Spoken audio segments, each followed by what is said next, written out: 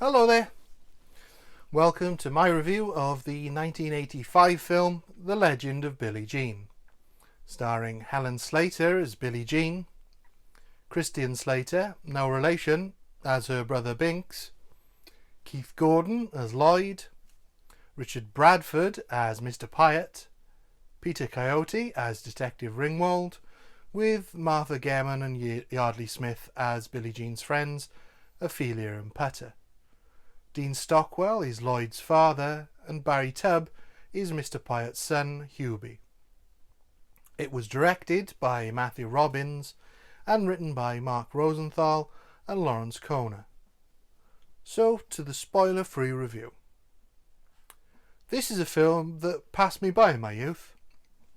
I hadn't heard of it until quite recently, which was quite surprising because an 80s teen comedy drama is right up my street. I thought I'd heard of all the good ones, but clearly I haven't because this is a good one. The plot is that due to a set of circumstances beyond her control, teenage Billie Jean has to go on the run with her brother and friends in Texas, where they live, and during this she becomes something of a folk hero to the kids all around the state, while continuing to evade the cops. The cast are all great, very real, very believable, very earnest performances. It's quite an odd film for the time. With the exception of Lloyd, the characters aren't rich, which tended to be a staple of a lot of 80s teen films. There are themes of nasty capitalism and sexual assault, which aren't excuses for humour, but form the heart of the film. And it has a very strong female lead, and is in part about female empowerment. It's funny and sweet, but also has deeper themes running through it. It's quite melancholic at times, but also knows how to have a lot of fun. I think the plot really works well, although the ending, for me, isn't quite as satisfactory as it could have been. But this does add to the realism. The direction is largely really good, with one exception of a scene that perhaps could have been done differently, but still works just fine as it is. If, like me, this film wasn't on your radar, I would urge you to seek it out, as for me, this is nothing but the best. So, on to the spoilers. When Binks upsets some local teens who are trying to pick up his older sister, Billie Jean, they steal his motor scooter, so while Billie Jean goes to the cops, who are reluctant to act, Binks goes to get his scooter back, which they have vandalised, and they also give him a beating. They live in a trailer park, and he could only afford the scooter because of money he got from his dead father's insurance policy, and it's his pride and joy. So the next day, Billie Jean goes to the store of the father of the head bully, Hubie, and demands $608 from him. Mr. Pyatt takes her upstairs in his shop to get the money, and while he's there, he demands sexual favours in return for the cash. As she is fighting off his advances, Binks comes into the store and checks the cash register to get his money his way, and finds a gun.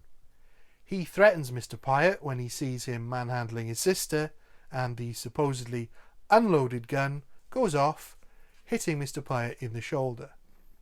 And that kicks off the plot and sends our main characters on the run. So with her brother and two friends from the trailer park, Billie Jean takes off, while Mr. Pyatt lies to the cops that Billie Jean shot him while they were trying to rob the store. We get some really well executed character introductions in the first act of this film. Billie Jean is clearly somewhat naive about the effect she has on teenage boys, but she knows exactly what Mr. Pyatt is hinting towards when he makes his advances, and also understands exactly how to de-escalate and defuse the situation, which could have put her in serious harm. It's also debatable whether she goes on the run because of her naivety or because she knows exactly how this situation will play out if she stays. This foreshadows the arc of her character And the cop she speaks to, Detective Ringwald, is also set up really well, having a good heart, but not being as sharp as he'd like to be, mostly being one step behind the situation and being frustrated by this.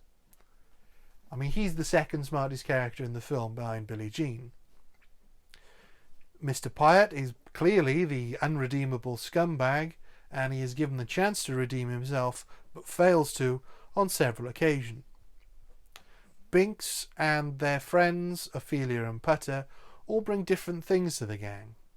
Binks is impulsive, Putter is young but hardened by the abuse she suffers at the hands of her mother, and Ophelia seems like the most sensible but also the least worldly. The attempted sexual assault is a really difficult scene to watch, but is just the right length not to kill the fun of the rest of the film. It just ends before it gets too dark. While they're on the run, they go to buy food, and they've already made the local newspapers, so they're recognised by two kids in the store that then pay for their food, hinting that Billie Jean is already fast on the way to becoming a star. When they call home, the police are waiting for the call, and they agree to give themselves up if Mr. Pyatt gives them the $608. He refuses because he's a scumbag, and he starts selling pictures of Billie Jean to people who are intrigued by the story. A meeting is arranged at a mall because Ringwald has come up with the money himself, but Pyatt has set up for his son to grab Billie Jean as soon as she appears, which his son Hubie screws up, and so she makes a run for it with the others and manages to evade the cops. She is slowly becoming more and more of a folk hero amongst teens, which she's largely unaware of at this point. The scenes at the mall are all really well done, and the mall looks great. It's very distinct, and it's a shame we don't spend a little bit longer there. But from what I understand, the mall still exists and looks almost exactly the same as it did in the film. We get to see more of Pyatt being a scumbag and his son being an idiot, as well as Billie Jean being the smartest character in the film, having already planned her escape. After their escape, they're looking for a place to stay and find an empty mansion that they stop at. Except the house isn't empty. Someone is watching them on CCTV. It turns out to be Lloyd, the son of the homeowner, and he's introduced as Billie Jean explores the house alone. Disguised in a monster mask, he surprises her and she gives him a whack. It would have been interesting if the film had turned into a horror film at this point and had been about them surviving the terror of this masked killer in this lonely mansion. It's clearly telegraphed to make you believe that this isn't a real killer and this isn't that kind of film. But it might be a missed opportunity to have faked out the audience if it had been played a little more like a horror film before the reveal. I think that might have been a really interesting choice. So the kid that lives there, Lloyd, knows exactly who they are and shows them on the TV news how infamous they are. He suggests they make their own tape to correct some of the misinformation and put their side of the story across. While channel hopping, he stops on a Joan of Arc film, which transfixes Billie Jean. Lloyd explains the plot, and while the others all go to his pool and set up a camera, Billie Jean remains to watch the film. At this point, it's clear that the film is making the suggestion that Billie Jean is, in some ways at least, allegorical for Joan of Arc, certainly in her mind. Persecuted by adults, she is able to rally kids to her cause by sheer force of personality. And it's at this point she chooses to embrace it, even though she knows of Joan's ultimate fate. When she rejoins the rest of the group to make the video, she has adapted one of Lloyd's wetsuit tops and cut her hair extremely short, as Joan of Arc's hair is cut right before execution in the film. As they are about to leave, Lloyd, who clearly is developing feelings for Billie Jean, offers to be their hostage in order to give them some bargaining power. but also to spend more time with Billie Jean. The tape they've made gets to the news stations and is broadcast across the state, and it's at this point they discover that Lloyd's dad is the district attorney. While the rest of the group are all getting food, Billie Jean is approached by some kids who tell her one of their friends is in trouble with his abusive father, and so she makes the decision to intervene, finally taking charge of her destiny and embracing who she is becoming in the minds of these kids. She rescues the boy when the father realizes who she is and is intimidated by the reputation the news has given her, and the huge group of kids that has followed her to his house. Not everyone is on her side though, and someone who wants to claim the reward chases after them, taking shots at them from his truck. In the confusion of the chase, they think Putter has been shot, but she's actually just got her first period. Binks is disgusted by this, but Billie Jean quickly tells him off. You keep quiet, Binks. It's wonderful. It's an important moment of female empowerment that is sort of unexpected for a film like this, of this time. Or to be honest, even a film today. The message isn't hammered into the ground, it's just a brief scene that is attempting to demystify women's menstrual cycles. Because of the shootout, Billie Jean has decided her friends should no longer be involved in what could become a dangerous situation. So she, Binks and Lloyd leave them to be picked up by the cops.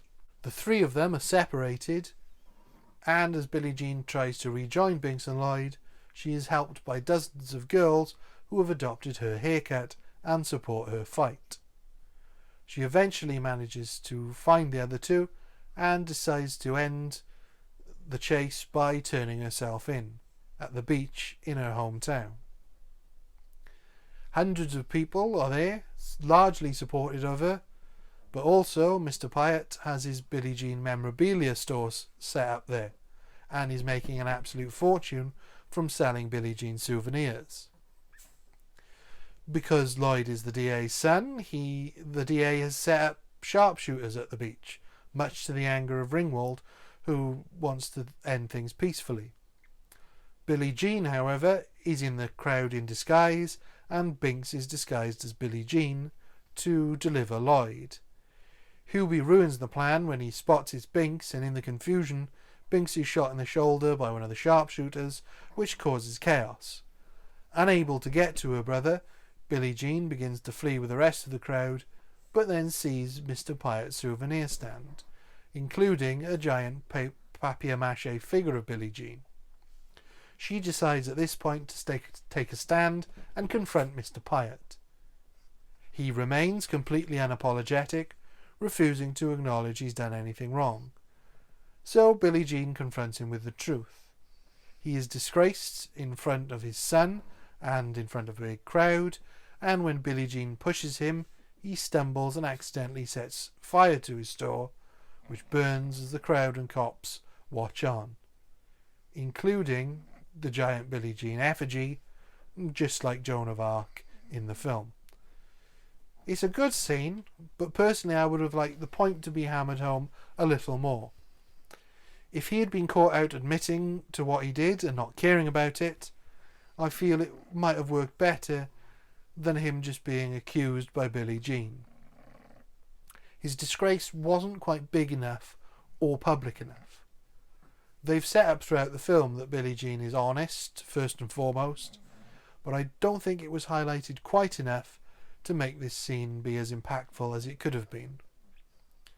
The way it's done is probably more realistic and less filmy, but Mr. Pyatt has been such a scumbag throughout the film, you really want to see a bigger comeuppance. I still think this is a great, unusual and ahead of its time film that I wish I'd heard of sooner, and I wish it had been a bigger success. It's got some very important themes in it, but none of these overtake the entertainment factor. There's a scene, for example, where Putter finally stands up to her abusive mother and cuts her hair into the same style as Billie Jean, which is very important for her character's growth. And the characterization and the character arcs that almost every character has within the film are all really well done. So I would definitely recommend this as nothing but the best. Thank you. Goodbye. Fair is fair. We didn't start this. We didn't mean it to happen, but we're not giving up till you pay. Fair is fair.